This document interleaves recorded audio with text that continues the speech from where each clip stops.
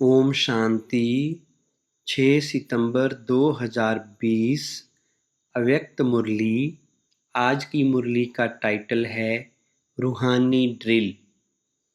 बाप दादा सभी बच्चों की स्वीट साइलेंस की स्थिति को देख रहे हैं। 1 सेकंड में साइलेंस की स्थिति में स्थित हो जाना या प्रैक्टिस कहाँ तक की है।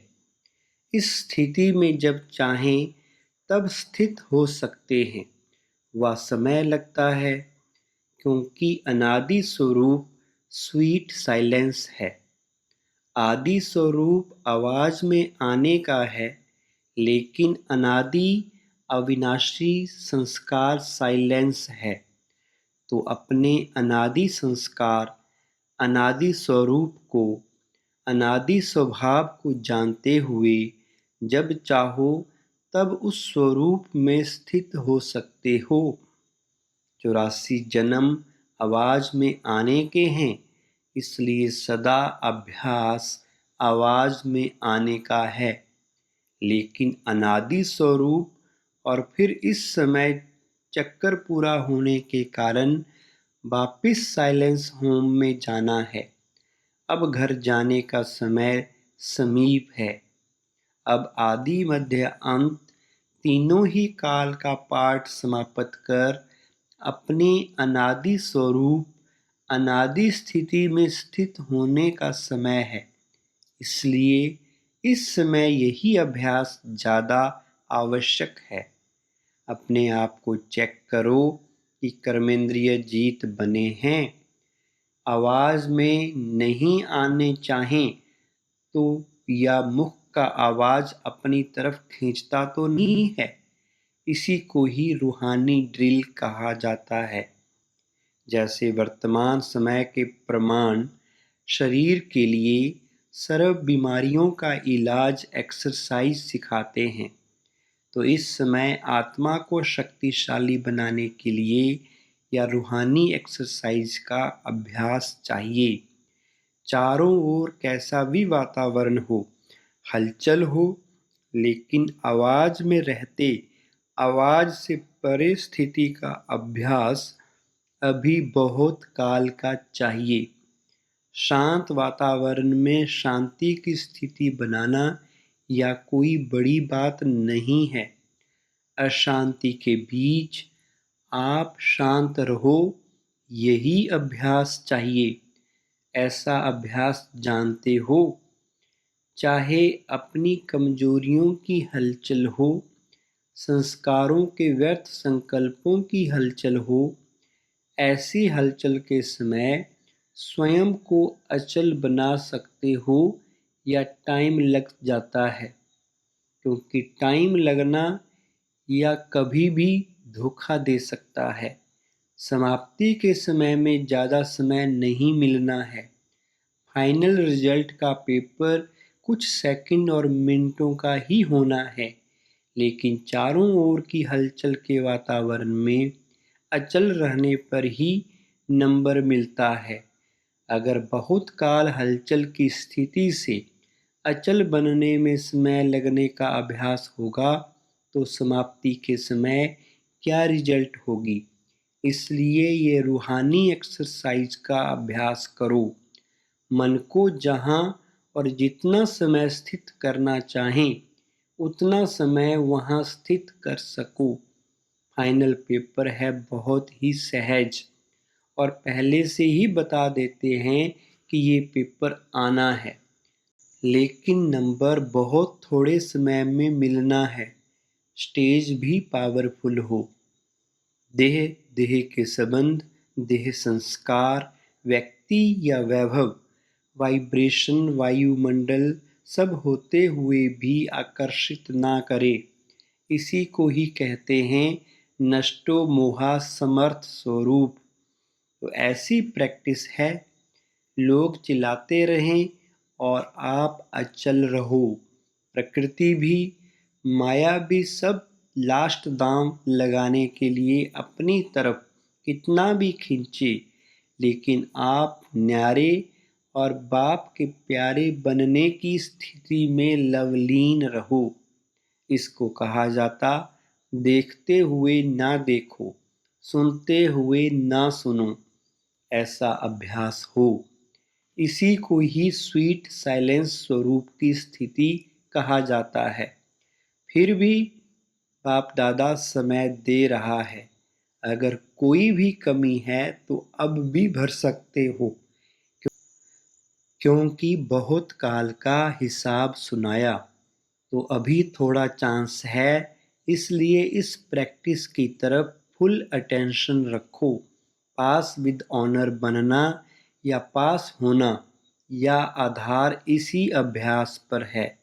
ऐसा अभ्यास है, समय की घंटी बजे तो तैयार होंगे या अभी सोचते हो तैयार होना है। इसी अभ्यास के कारण अष्टरत्नों की माला विशेष छोटी बनी है, बहुत थोड़े टाइम की है। जैसे आप लोग कहते हो ना, सेकंड में मुक्ति व जीवन मुक्ति का वर्षा लेना सभी का अधिकार है, तो समाप्ति के समय भी नंबर मिलना थोड़े समय की बात है। लेकिन जरा भी हलचल ना हो, बस बिंदी कहा और बिंदी में टिक जाएं। बिंदी हिले नहीं। ऐसे नहीं कि उस समय अभ्यास करना शुरू करो, मैं आत्मा हूँ या नहीं चलेगा, क्योंकि सुनाया वार भी चारों ओर का होगा। लास्ट ट्रायल सब करेंगे।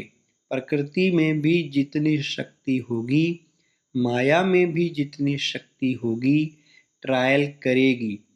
उनकी भी लास्ट ट्रायल और आपकी लास्ट कर्मातीत कर्म बंधन मुक्त स्थिति होगी। दोनों तरफ की बहुत पावरफुल सीन होगी। वह भी फुल फोर्स या भी फुल फोर्स, लेकिन सेकंड की बजाय विजय के नगाड़े बजाएगी। समझा लास्ट पेपर क्या है? सब शुभ संकल्प तो यही रखते भी हैं और रखना भी है कि नंबर 1 आना ही है। तो जब चारों ओर की बातों में विन होंगे तभी 1 आएंगे। अगर एक बात में जरा भी व्यर्थ संकल्प, व्यर्थ समय लग गया तो नंबर पीछे हो जाएगा। इसलिए सब चेक करो, चारों ही तरफ चेक करो। डबल विदेशी सब में तीव्र जाने चाहते हैं ना, इसलिए तीव्र पुरुषार्थ व फुल अटेंशन इस अभ्यास में अभी से देते रहो। समझा? क्वेश्चन को भी जानते हो और टाइम को भी जानते हो, फिर तो सब पास होने चाहिए। अगर पहले से क्वेश्चन का पता होता है तो तैयारी कर लेते हैं, फिर पास हो जाते हैं। अभी सभी तो पास होने वाले हो ना। अच्छा, यह सीजन बाप दादा ने हर एक से मिलने का खुला भंडार खोला है। आगे क्या होना है वो फिर बताएंगे। अभी खुले भंडार से जो भी लेने आए हैं वो तो ले ही लेंगे। ड्रामा का दृश्य सदा बदलता ही है, लेकिन इस सीजन में चाहे भारतवासियों को, चाहे डबल विदेशियों को, सभी को विशेष वरदान तो मिला ही है। बाप दादा ने जो वायदा किया है वह तो निभाएंगे। इस सीजन का फल खाओ। फल है मिलन, वरदान। सभी सीजन का फल खाने आए हो ना। बाप दादा को भी बच्चों को देख खुशी होती है। फिर भी साकारी सृष्टि में तो सब देखना होता है। अभी तो मौज मना लो, फिर सीजन की लास्ट में सुनाएंगे। सेवा के स्थान भले अलग अलग हैं, लेकिन सेवा का लक्ष्य तो एक ही है। उमंग उल्लास एक ही है। इसलिए बाप दादा सभी स्थानों को विशेष महत्व देते हैं। ऐसे नहीं एक स्थान महत्व वाला है, दूसरा कम है। नहीं, जिस भी धरनी पर बच्चे पहुँचे हैं उससे कोई ना कोई विशेष रिजल्ट अवश्य निकलती है।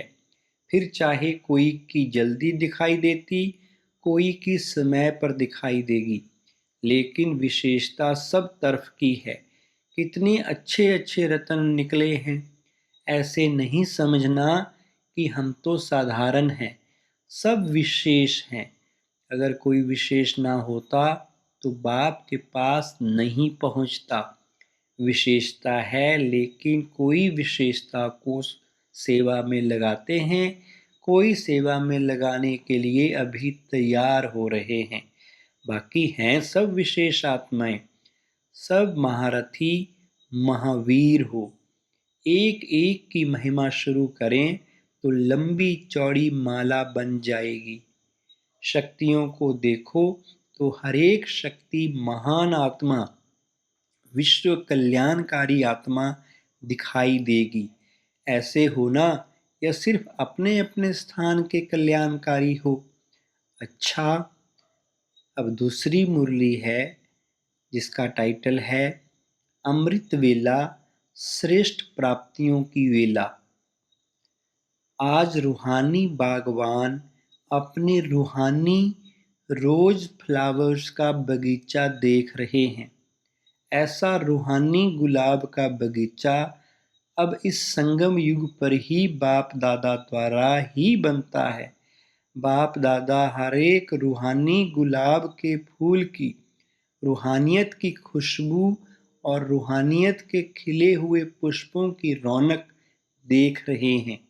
खुशबूदार सभी हैं, लेकिन किसकी खुशबू सदाकाल रहने वाली है और किसकी खुशबू थोड़े समय के लिए रहती है। कोई गुलाब सदा खिला हुआ है और कोई कब खिला हुआ, कब थोड़ा सा धूप व मौसम के हिसाब से मुरझा भी जाते हैं, लेकिन हैं फिर भी रूहानी बागवान के बगीचे के रूहानी गुलाब।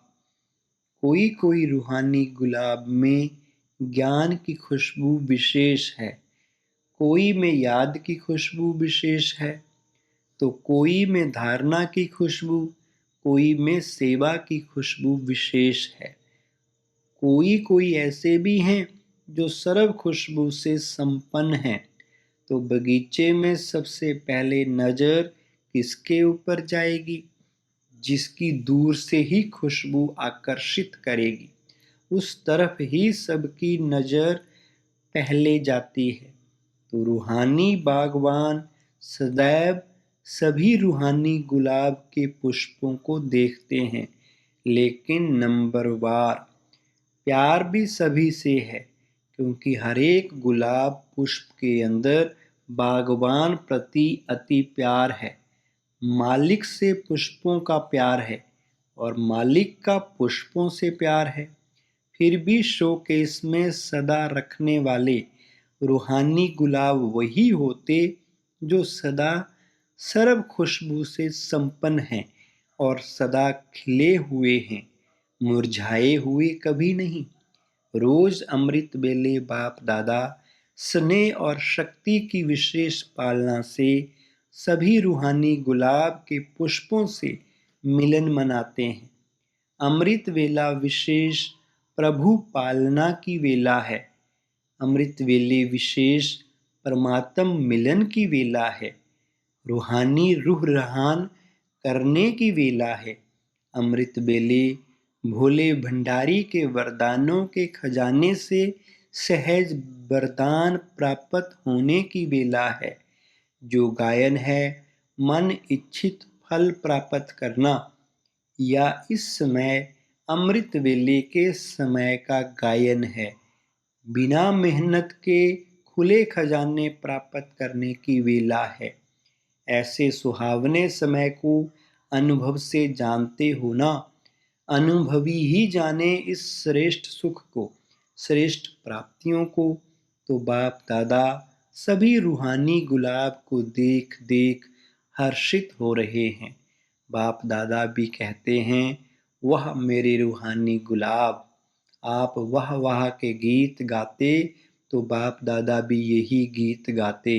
समझा? मुरलियां तो बहुत सुनी हैं, सुन सुनकर संपन्न बन गए हो। अभी महादानी बन बांटने के प्लान बना रहे हो। या उमंग बहुत अच्छा है।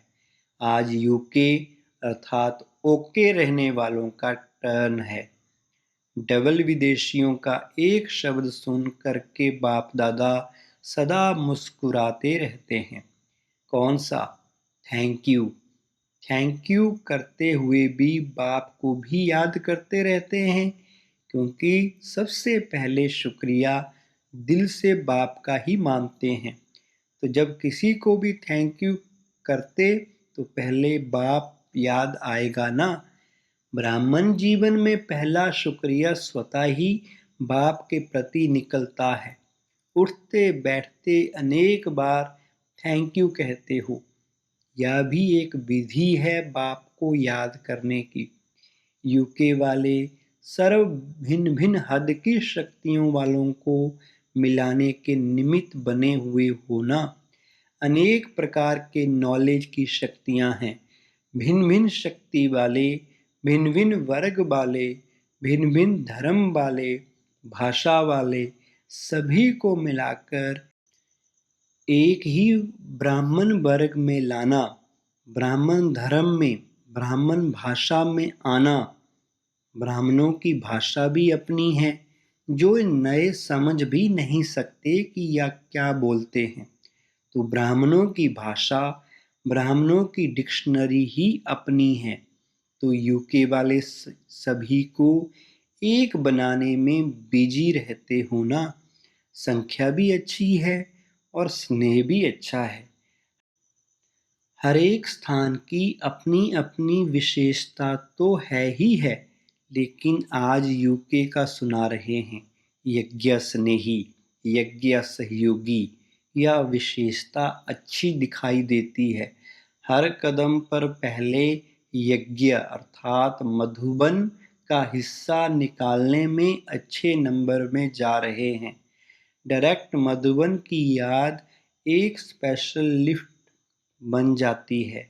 हर कार्य में, हर कदम में मधुबन अर्थात बाप की याद है, या बाप की पढ़ाई है, या बाप का ब्रह्मा भोजन है, या बाप से मिलन है। मधुबन स्वतः ही बाप की याद दिलाने वाला है। कहाँ भी रहते मधुबन की याद आना अर्थात विशेष स्नेह लिफ्ट बन जाता है। चढ़ने की मेहनत से छूट जाते, सेकंड में स्विच ऑन किया और पहुंचे। बाप दादा को और कोई हीरे मोती तो चाहिए नहीं। बाप को स्नेह की छोटी वस्तु ही हीरे रतन है। इसलिए सुदामा के कच्चे चावल गाए हुए हैं। इसका भाव अर्थ यही है कि स्नेह की छोटी सी सुई में भी मधुबन याद आता है, तो वह भी बहुत बड़ा अमूल्य रत्न है, क्योंकि स्नेह का दाम है। वैल्यू स्नेह की है, चीज की नहीं। अगर कोई वैसे ही भल कितना भी देवे, लेकिन स्नेह नहीं तो उसका जमा नहीं होता। और स्नेह से थोड़ा भी जमा करे तो उनका पदम जमा हो जाता है। तो बाप को स्नेह पसंद है। तो यूके वालों की विशेषता यज्ञ स्नेही, यज्ञ सहयोगी आदि से रहे हैं। यही सहज योग भी है। सहयोग सहज योग है। सहयोग का संकल्प आने से भी याद तो बाप की रहेगी ना। तो सहयोगी सहज योगी स्वतः ही बन जाते हैं। योग बाप से होता, मधुबन अर्थात बाप दादा से। तो सहयोगी बनने वाले भी सहज योग की सब्जेक्ट में अच्छे नंबर ले लेते हैं। दिल का सहयोग बाप को प्रिय है, इसलिए यहाँ यादगार भी दिल वाला मंदिर बनाया है। तो दिल वाला बाप को दिल का स्नेह, दिल का सहयोग ही प्रिय है। छोटी दिल वाले छोटा सौदा कर खुश हो जाते हैं, और बड़ी दिल वाले बेहद का सौदा करते हैं। फाउंडेशन बड़ी दिल है तो विस्तार भी बड़ा हो रहा है। जैसे कई जगह पर वृक्ष देखे होंगे, तो वृक्ष की शाखाएं भी तना बन जाती हैं। तो यूके के फाउंडेशन से तना निकला, शाखाएं निकली। अब वो शाखाएं भी तना बन गई। उस तना से भी शाखाएं निकल रही हैं। जैसे ऑस्ट्रेलिया निकला, अमेरिका, यूरोप, अफ्रीका निकले, सब तना बन गए और हर एक तना की शाखाएं भी अच्छी तरह से वृद्धि को पा रही हैं, क्योंकि फाउंडेशन स्नेह और सहयोग के पानी से मजबूत है। इसलिए विस्तार भी अच्छा है और फल भी अच्छे हैं। अच्छा, आज का वरदान है, देह भान का त्याग कर पोधी बनने वाले निर्माण चित भव। विस्तार है, जो बच्चे देह भान का त्याग करते हैं उन्हें कभी भी क्रोध नहीं आ सकता, क्योंकि क्रोध आने के दो कारण होते हैं। एक, जब कोई झूठी बात कहता है और दूसरा, जब कोई गलानी करता है। यही दो बातें क्रोध को जन्म देती हैं। ऐसी परिस्थिति में निर्माण चित्त के वरदान द्वारा अपकारी पर भी उपकार करो। गाली देने वाले को गले लगाओ, निंदा करने वाले को सच्चा मित्र बनाओ, तब कहेंगे कमाल। जब ऐसा परिवर्तन दिखाओ तो विश्व के आगे प्रसिद्ध होंगे। स्लोगन है, मौज का अनुभव करने के लिए माया की अधीनता को छोड़ स्वतंत्र बनो। ओम शांति।